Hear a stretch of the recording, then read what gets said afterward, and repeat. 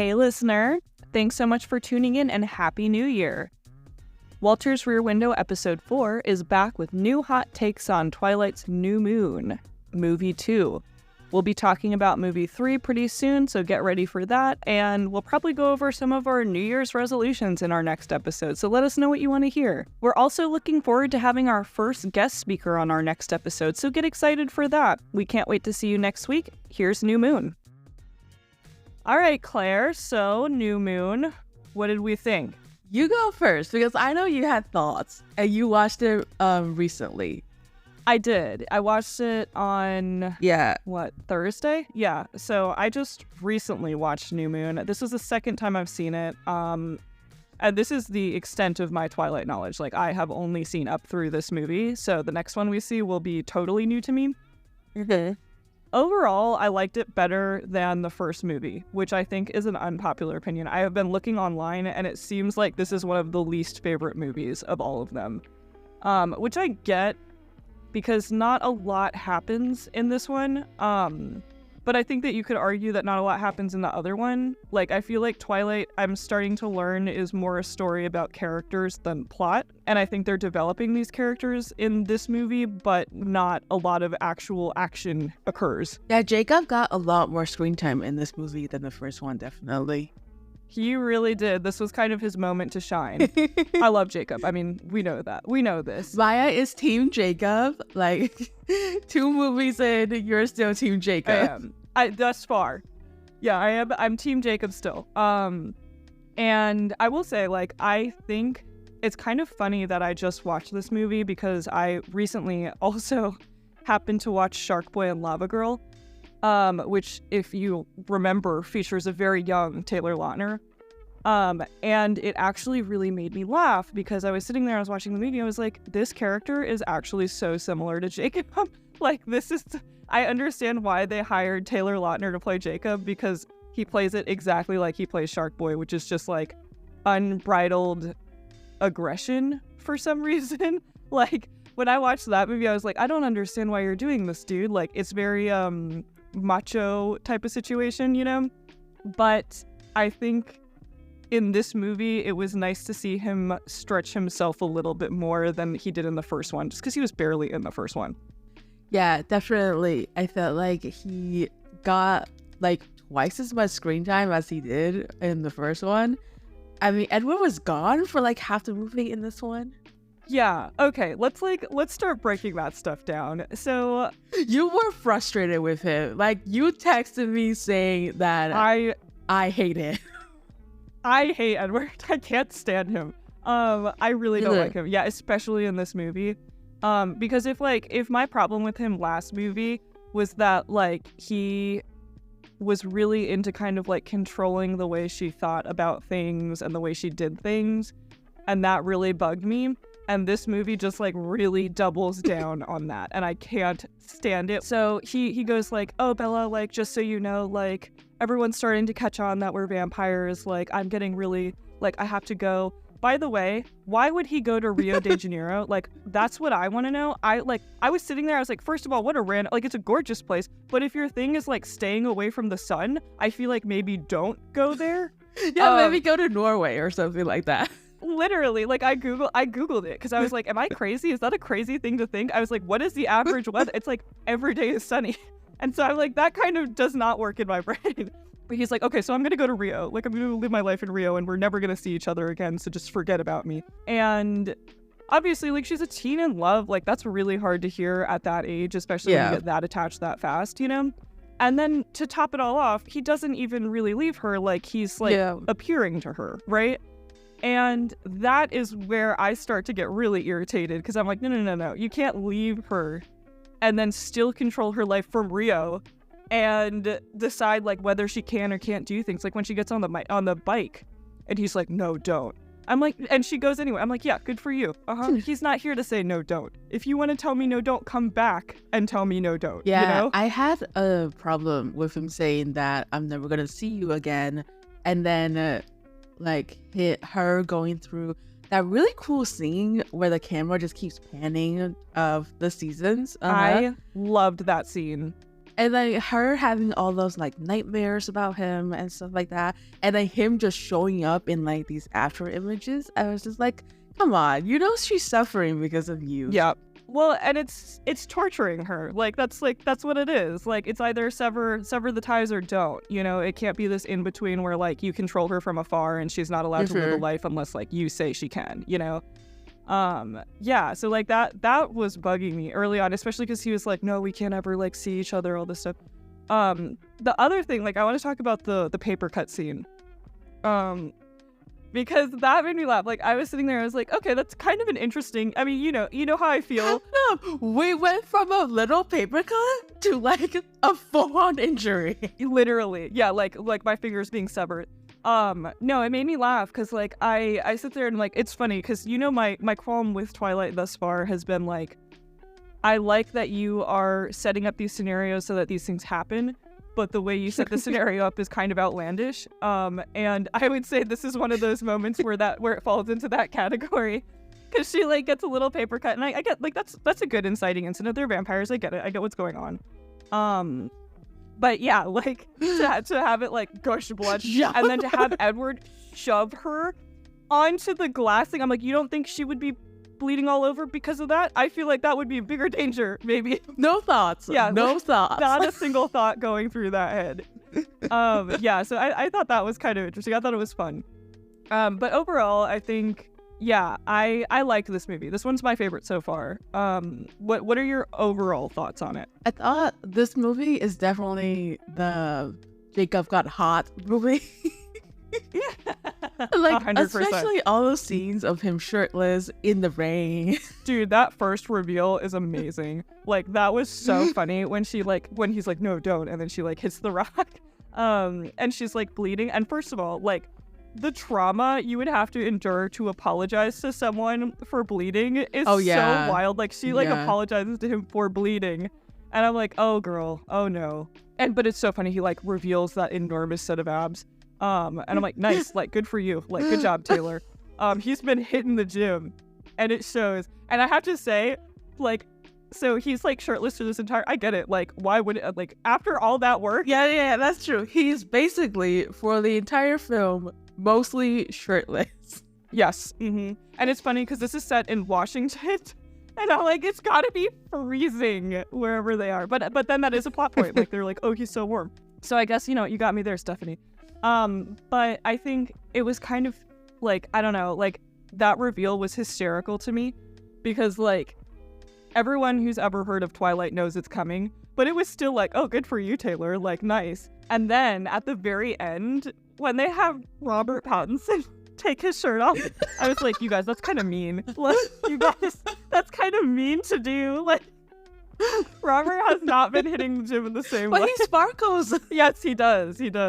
Yeah, so I thought that reveal was hysterical. And I thought like the moment where Jacob and Bella start to actually become friends is really sweet. I have to say the date scene where she goes on a date with Taylor Lautner and that other guy, I can't remember his name. I can't even remember his name either.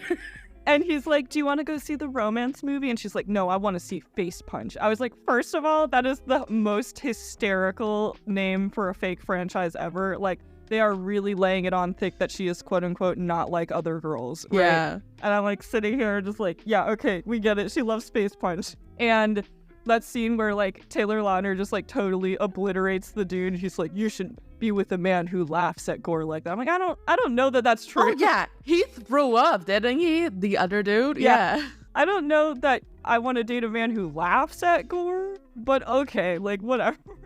There's an interesting conversation about masculinity in this one, and a little bit about grooming, because that's kind of what the initial upset for Bella is it's her 18th birthday, right? Yeah. And so she is officially a year older than Edward was when he was turned into a vampire. Yeah. But then Edward is 109 and he's dating a 17-year-old, so like, I don't know, like there's an interesting thing going on. So he got turned into a vampire when he was 17.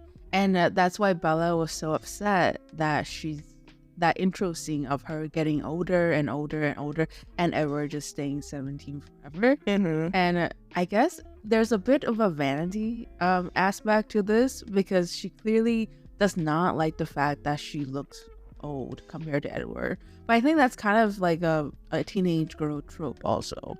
Totally. I think that makes total sense in my head, and like it totally, like, she is supposed to be a teenage girl, you know, and I feel like they touched on the grooming thing, but they kind of like brushed it under the rug a little bit, which I'm like, I get what's going on, but I do think that is a conversation worth having, especially when we get up to the later movies. Yeah.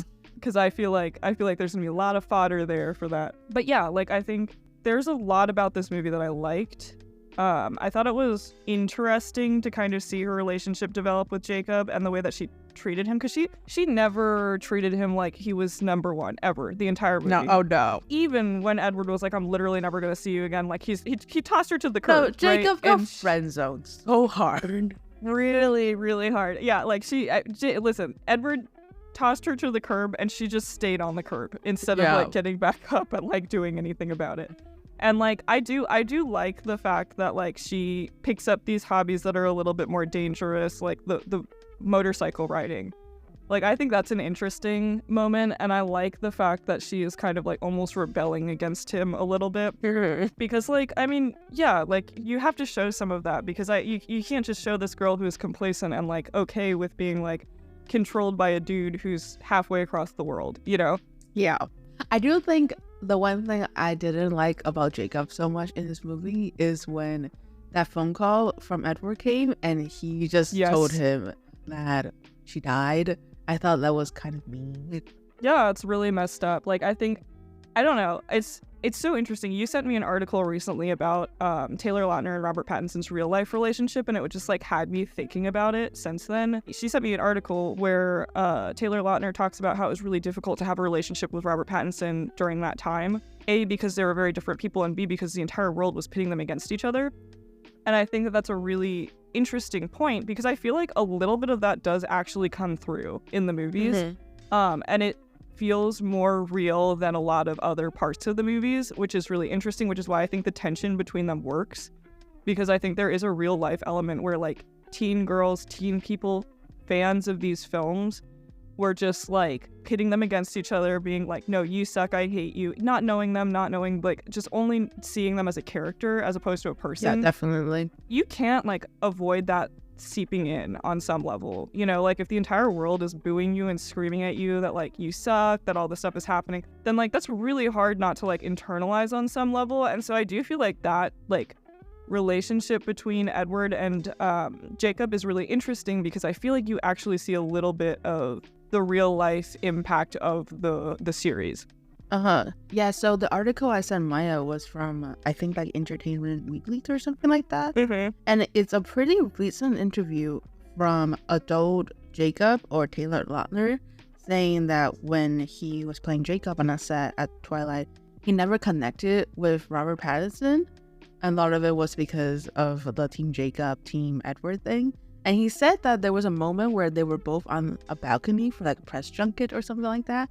And there were like girls, half of them were booing him, and then the other half was booing Robert. And he said that he felt very uncomfortable with that. I just can't imagine being in that position. I mean, like, I feel like acting at that age is so vulnerable to begin with. And then to let yourself be open to the world in that way. And this is like a person who's supposed to be your coworker. Like, you're supposed to have a professional relationship with this person. Like, that has to be really hard. Yeah, definitely. I think the Edward versus Jacob thing, this was more like Jacob's introduction into the series, because I feel like he finally got a little bit of personality and all this stuff. And let's talk about like when he turns into a wolf, like a werewolf. I feel like, so he disappears for a while, right? Yeah. And it was at the movie theater where he like got hot, I guess, you know, that like literally got hot. Yeah, like warm. Yeah. And he like just disappears, and she's like, oh, he has mono or whatever, and she doesn't see him for a while. And then she sees him, and he has a tattoo and his hair is all cut and he just looks angry, you know. And I wanted to talk a little bit about his wolf clan people, you know. Oh yeah. Because there was a moment in the movie that I kind of took issue with, because I was sitting there and I was like, I don't like that justification, which is, I believe, the like leader of the wolf pack, whatever you want to call it. Yes, Sam. Yes, Sam. Was the moment with Sam, and where they kind of give us a little bit of the backstory on Sam and his wife. because Taylor is like explaining like about like being a werewolf, what that entails, all this stuff. And they're like talking to Bella and they're like, don't stare at his wife for too long. Like she doesn't like it, right? So valid. She's slashed across the face. I would get a little annoyed if someone kept staring at me too. They leave and then there's a conversation about it, about how Sam quote unquote lost his temper for half a second and now he can never take that back, right? And I feel like in that moment, they are trying to sympathize with Sam. And I was sitting there and I was like, I'm sorry, but I can't do that. I can't sympathize with Sam because that is like the same exact excuse for people who get physical with other people, right? Like, I just lost my temper for a minute. And he says, and now he's going to have to live with that forever. And I'm sitting here thinking, and she's going to live the rest of her entire life with a slashed face as a reminder that her husband is capable of doing that to her. And so, like, I was sitting there and I was like, I think that's a little messed up, dude. Like, I was like, I don't think that that is the sympathetic moment that they were feeling like it was. I don't know how you felt about it, but that's like, that struck me as like wrong. Yes, I definitely felt odd about it. But also, I don't think she can help it, if that makes sense. Like, this is not in this movie, but in the next movie, I think, or like something like that, they talk a lot more about like the interpersonal hierarchies of the werewolf community, and so there's a thing called choosing your mate, and then when you choose your mate, it's for life. Like, it's like they're like penguins, basically. Yeah, penguins with like roaches teeth. And so once they choose their mate, or like they stay together for life. And it's like this kind of like, I don't know, like intangible connection, I guess. Yeah. I think like in my brain, I'm like, that is a very unbalanced power dynamic then. Because I feel like I was sitting there and I'm just like, if I was Bella and I was walking into this situation, I would see that and I would be like, you're cool with that? I'm not cool with that. I'm going back to Edward. You know, like that would be the type of situation in which I would be like, oh yeah, no, you're not slashing me in the face. I'm not living with that my entire life. I'm sorry. Like, it's cool if that's the commitment that you want to make. It's cool if that's like where you're at. But I think like in my brain, I'm just like, that is something that like I would be like, if he came near me with those claws, I'd be like, I'm sorry, but you're gonna have to find someone else then. Yeah, I think it's an interesting topic about like media surrounding werewolves, because I know, have you seen Wednesday? No, I actually haven't. Okay, you haven't? Okay, so in Wednesday, Wednesday's like best friend / roommate kind of, Enid St. Clair, she's like a really adorable werewolf. And one of her plot points in that series was also she's afraid that she's going to be alone for life. And she's afraid she's never going to find a mate. So I think this kind of idea of finding your mate and finding like your forever a person to live with is kind of very important in like werewolf society or something like that. Yeah. No, I totally get that. Yeah, it kind of lines up with like how dogs are in real life, you know. Yeah, like it makes sense. I understand what they're going for. You can abuse your dog and they will still love you. I'm not saying you do this. Do not do this. Like, that is bad. But that's exactly my point, right? Like, I think like that's the perfect analogy, because it's like, yeah, you can do that, but why would you do that? Because that's awful. And so I sit there and I'm like, I think that was a moment where it's like, I don't actually sympathize with him in this moment, and I feel like you want me to. But I understand, like, I don't have the full background of the lore, so, like, maybe there's something going on that, like, I'm not aware of yet. So that was a moment in which, like, I was like, I don't know how I feel about that, because she's the one who has to walk around with a slashed face for the rest of his life. That is true. For the rest of her life. I don't know. I don't really like Sam as a character, just in general. I think he's very controlling, especially towards Jacob and the other, like, pack members. That's, I think, something that like that kind of was developed in this movie that I was like really not a fan of, is like I don't like aggressive men. I think that is really intense, and like I sit there and I'm like, there's just nothing that like impresses me about you having a bad temper. Like if anything, I'm like more impressed if you can keep it together. And so like when they start letting these aggressive qualities show in Jacob, because I get it, like he's supposed to be a werewolf, like they're alluding to that. But like the piece of me that's like looking at that situation, I'm like, ooh, I feel like you might be getting yourself into something that's a little intense if you do go in that direction, you know? But on the other hand, like they're both controlling, it's just in different ways, you know? Like I feel like Edward is like manipulative controlling and Jacob is like aggressive controlling. And it's like neither of those are great options. Like Bella really knows how to pick them is what I learned this movie. Yeah, definitely. The dynamic between all of them is really interesting. I really liked the focus on developing Jacob as a character and developing the relationship between Bella and Jacob. Yeah, I also forgot Jacob is supposed to be younger than Bella. So she's 18, he's supposed to be 16, and Edward is 109. Nice. Age gaps. You know, if they date, that's technically Bella will be a sex offender. Yes, exactly. Statutory rape. I feel like, yeah, exactly. Like this whole series opens a really interesting conversation about that, and I feel like something that we kind of avoided during the era that it was out, because it was just like, oh, we don't want to talk about that. Yeah, if we really think about it, it's a little bit fucked up.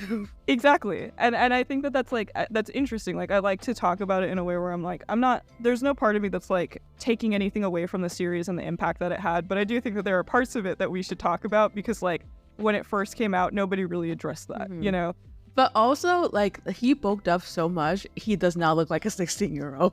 I know, like, that's like the other, like, it's so funny. Like, I just watched May December, which is all about grooming, so I have grooming on the mind. And there's like a couple lines in that where like they talk about like young kids like bulking up and not looking their age, and I'm like, like that freaks me out. Like, I don't like it. But yeah, like it's funny. Like how old was Taylor Lautner when he filmed this? Was he? Hold on, let me look it up. Okay, he was 16. Wow. Okay, so he was really young. Okay, this is also very interesting because we don't see that in Hollywood these days. Now, usually, if you get teenagers in film and television, it's always older, you know? Yeah, well, because it kind of has to be, you know, like, because that, like, think about, I don't know, they sexualize the hell out of the 16-year-old boy, right? Like, that is some. I was hoping he was 18, because he does look 18, which is upsetting on another level. But like, no, he's 1992. So when this movie came out, which is 2009, he will be like 16, 17. Wow, that's so young. And that was when it came out, not even when it filmed. Yeah, that is true. So he will be even younger. Okay, boy. that makes that's a little bit different. That's kind of you. Yeah, like especially that's probably written in his contract, right? Like he has to bulk up for the role. I would assume so. I mean, okay, I would have such huge problems with that if I was his manager. I would be like, I would too. I mean, that's throwing him right into the fire, and like, yeah, like, because they really did sexualize the hell out of him, and like, and I mean, think about it. Like, he was the laughingstock he was the butt of every joke during that era. Think about it. Like, when I think back to Twilight, what I remember is every SNL, sitcom, YouTuber making a parody of Jacob with his shirt off all the time. Oh, yeah. And I'm like, hey, just for the record, just for a second, he didn't choose to do that. He's also a minor and like 16. Yeah, exactly. Wow, that's really interesting context too. Like I don't know. This movie actually really made me feel for Taylor Lautner. How old was Robert when he was in? Yeah, how old were all of them? That's what I want to know. Okay, so when this film came out, Robert was 22, 23. Wow. So, and Kristen Stewart was 19? I think so. Hold on. Let me look. Yeah.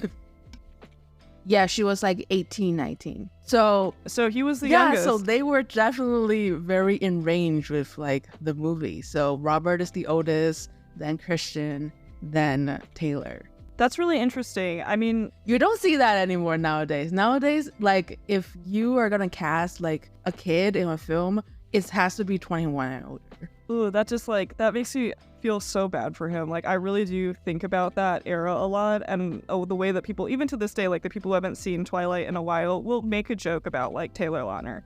And I sit there and like, he didn't choose that, you know? Like, he didn't write the role, right? He signed a contract, and then this had to happen because his name was on the piece of paper. And I'm not saying he doesn't support it, because he does. Like, even in his interviews, like, he talks about how, like, it brought a lot of good to him. And that's great. But it also brought a lot of complicated things to him, which I'm like, yeah, that's super fair, dude. I can't imagine being 16 And think about like the real age difference between 22 and 16. I'm like, that is the difference between my sisters and I. Yeah. Like that gap, you know? And I said there, we are in entirely different stages of life, entirely different stages. And I don't know. I can't imagine being a literal teenager. That's a junior in high school. Yeah, that is true. And having that amount of media attention, media backlash, and public general opinions from the public, you know? Also just being very sexualized at 16. Absolutely. I mean, like, you can't pull that back. Like, Twilight was a huge, huge hit, right? Like, there's no way after this movie came out that he wasn't going to be doing this in every other movie. So yeah, that's really interesting. I was really fascinated by Jacob and Bella's relationship and the way that their characters were developing in this movie. And then I feel like the moment when they start, like, there is a moment where they, again, in the first movie, it completely shifts gears, like 3/4 towards the end of the movie. It just completely switches gears to, we're going to Italy now. Like, that's what happens, right? And whereas in like the last movie, it was like, we're getting Bella out of here. And that's how it went, right? So there's always kind of like this inciting incident that happens 3/4 of the way through the movie after they've kind of developed these relationships and characters. They just kind of dive into the plot. Yeah, the first film was more about the relationship between Edward and Bella. Right. And then the second one is more about Jacob and Bella. So the third one is going to be about Jacob, Bella, and Edward. That one I'm excited for. I want to see the dynamic between them, especially like with the context of like their age and relationships in real life. I think it's going to be really interesting to sit there and watch how all of this unfolds, especially because I haven't seen the next one. So like I have zero context for what happens in the next one. Like I've had a general idea up until this point, not a clue anymore. So that'll be exciting. Yeah, and we'll have Andrea with us. Exactly. That'll be interesting. I feel like when they went to Italy was kind of when I started to check out, which is funny because I feel like that's when you're supposed to check in, right? Because she's going to be reunited with Edward. And I was sitting there, I was like, oh, geez, okay. And so I was sitting there and it was funny. Like, first of all, Bella has zero jet lag. I was like, yes, girl, like roll off a plane, zoom through the car and just start sprinting, right? Like, I was like, good for you. I mean, if it were me. Oh, there were so many car product placement in this film. Like that opening scene that focused in on the Volvo when Edward got out. It's like, yes, get your coin. Literally. Yeah, I know the very opening shot is like a Volvo moment. If you're a cool vampire, you drive a Volvo. But yeah, no, like I thought that was funny because like I was sitting there and I was like, I feel like we're getting somewhere with this like Bella, Edward, Jacob thing, and then this Italy thing is a little bit out of left field because I get that it's supporting the plot of the series, but I feel like each movie thus far has had this 3/4 section being character and relationship development, 1/4 section being overall plot for the next movie, essentially. How do you feel about the Volturi? Did they mention it in the first movie? I can't remember. I feel like they did briefly. Yeah, they mentioned that they were like basically vampire royalty, kind of. I like it and I don't. The scene where she's running to get him I thought was really funny because every single person was in the exact same red cape. Like, I'm like, I love that y'all color coordinated. Like, I love that everyone, and I know it's a festival, right? But like the same exact cape on every single person. I'm like, I love it. Like, does the state just hand out capes to people? And that was kind of funny to me. It like pulled me out of it a little bit, but like at the same time, I was like, okay, like suspension of disbelief. Let's just be there. When he had to unbutton his shirt, I was like, oh, this is mean, you guys. Like, just let him glitter his face. Like this entire time we've been looking at like mega cut abs, and now we've got this guy who just like he's fine. Like, I'm not gonna diss Robert Pattinson or anything, but like there's a difference for sure. Yeah, I feel like it's very dramatic as he's like stepping out and she like pushes him back in. And that's what I was going to say is they started off this movie with that Romeo and Juliet quote, these violent delights have violent ends. And I sit there and I'm like, I don't know, like, I don't believe you because there hasn't been a violent end yet, right? And like, maybe there will be by the time the series finishes, but I'm like, I didn't see that in this movie, you know? I saw these violent delights have elongated continuations, you know, and no actual like repercussions for anything that's going on. So like what I want to know is Edward goes and he talks to the Volturi and he's like, hey, I want to kill myself, like I'm done with this. And they're like, no, you're too powerful, like, but you can come and chill with us, right? And what happens from then on? Because like that I kind of got lost during that section. So he wants to kill himself because he thinks Bella is dead. Right. And so he decided that that ironclad rule between like a vampire society is that you can't let your secrets be known. Like you can't reveal you're a vampire. So he thought he was going to expose himself as a vampire. So then they would kill him. Which in and in itself, I would just say, if I see a sparkly man in like, if it wasn't for Twilight, I wouldn't have think that was like immediately a vampire. Me either. No, I'd be like, that's just a sparkly guy. Look at him. That's cool. Yeah, because like usually when they are exposed to the sun, they just died, right? Right. That's what I was thinking too. Like to me, I was like, there's no stakes there. He's just gonna look like he's got a great highlighter. Yeah, I was just like, if I just see a sparkly man, I'm just gonna be like, oh, he's like maybe like a drag queen or something like that, has some glitter. Exactly. Like maybe he's just fabulous. Yeah, like I'm not gonna immediately connect that that's a vampire. Right. Like that's definitely not my first thought. Especially, you're right. Like in a lot of vampire media, it's like the sun will kill you. Like that's the sacrifice that I feel like they were alluding to, but like there were no stakes behind it. So I was sitting there.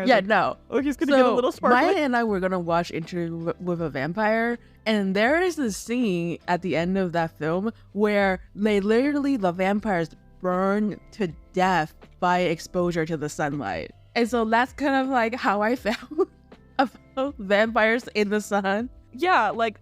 That's a really big departure from classic vampire history that Twilight takes, because like it's in every piece of vampire movie, like media, like that is an element of it. So I do find that interesting. Like I do like that they kind of took a different turn with that. But also like I would not immediately connect that he's trying to kill himself. Exactly. By the exposure of sparkles. Yeah. I completely agree with that, because like I was sitting there and I was just like, it just doesn't feel like there's a lot of stakes here. And she's like running, and they're trying to make it feel that way, and they cut it together in the best way that they could have, right? But yeah, like in my mind, it like the stakes would be so much higher if when he stepped into that sun, he started just like melting, you know? Like I would be like, oh my god. And I just didn't really feel that.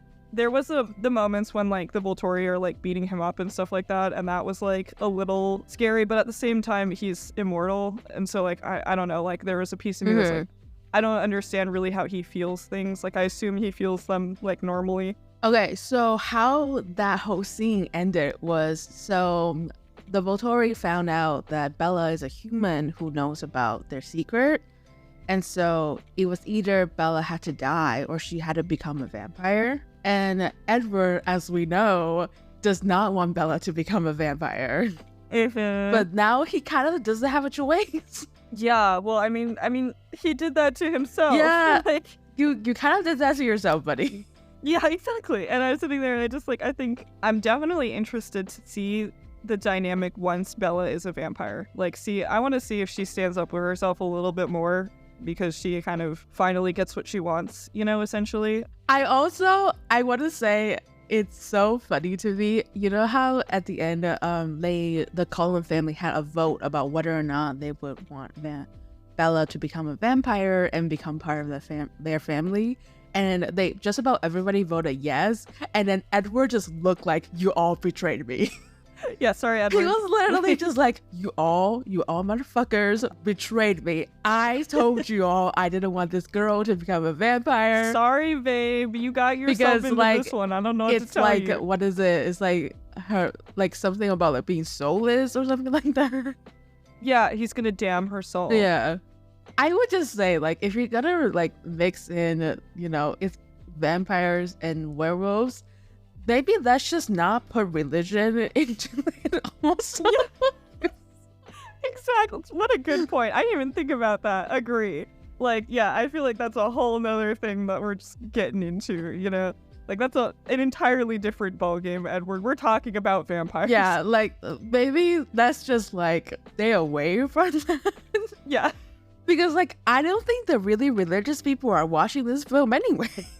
Exactly. Like, it's not going to add anything. It really isn't. Yeah, I don't know. I don't understand why he doesn't want her. I don't either. That is something that I can't really, it doesn't quite click in my brain. I don't think they spend enough time on it in the movie. If they do talk about it in the book, I'm sure they do.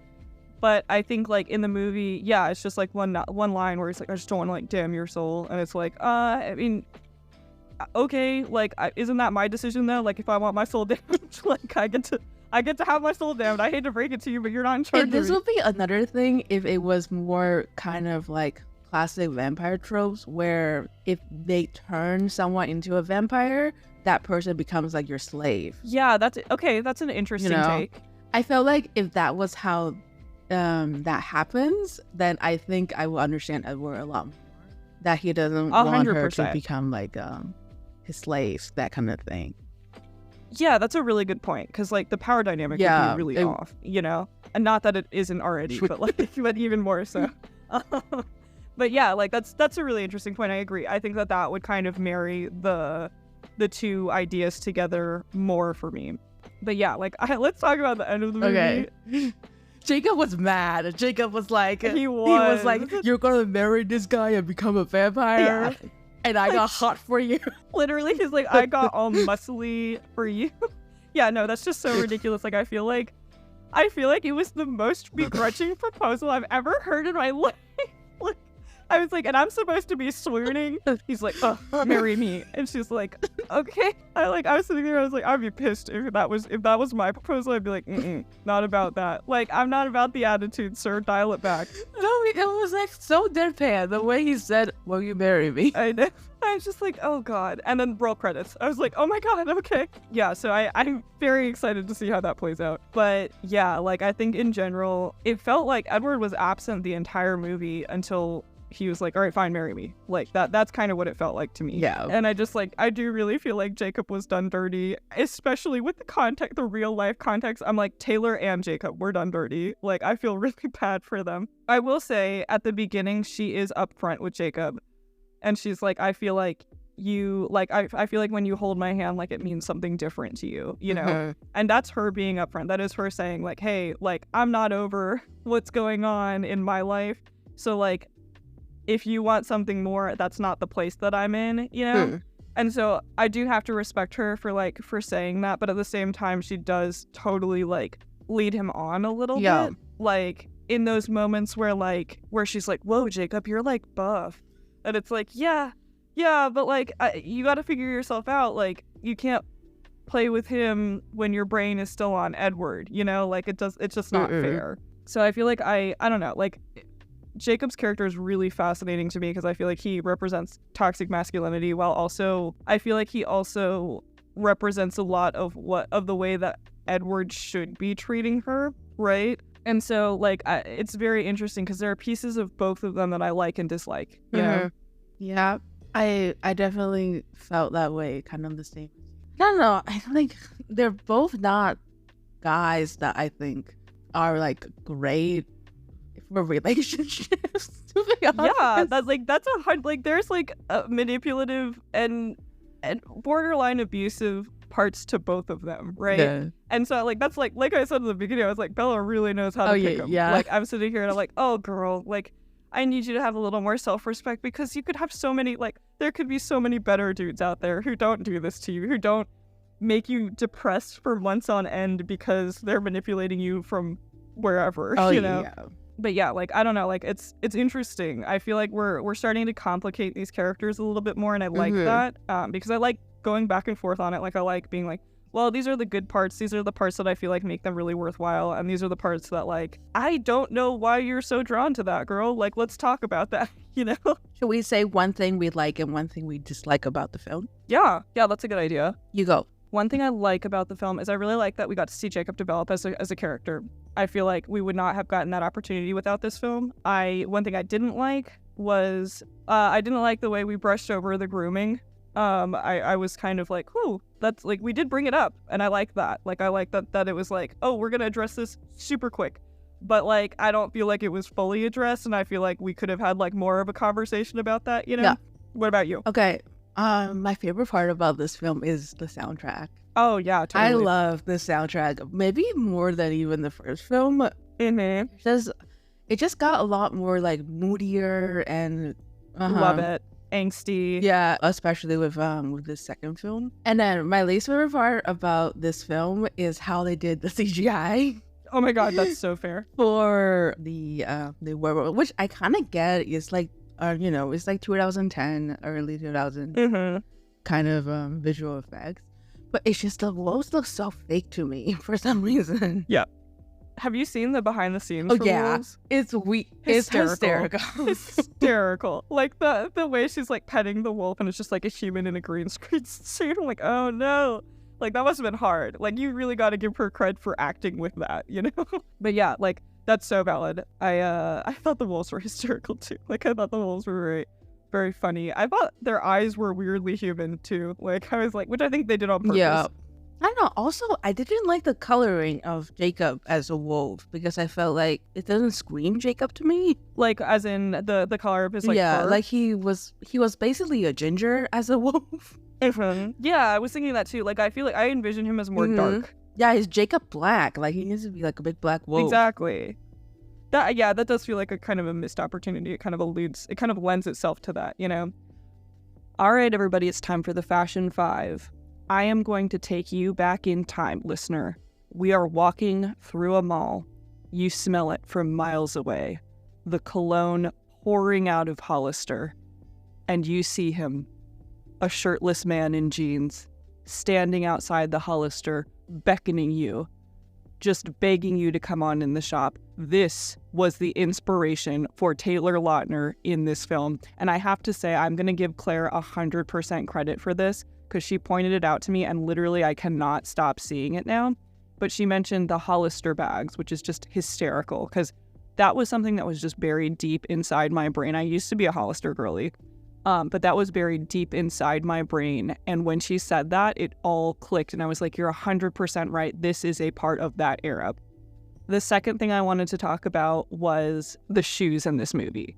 The shoes in this movie are kind of hysterical because a lot of them are Converse, number one. Love Converse, nothing against that. I actually think they're coming back. I honestly, TBH, always think they're in style, whether or not they're technically trending.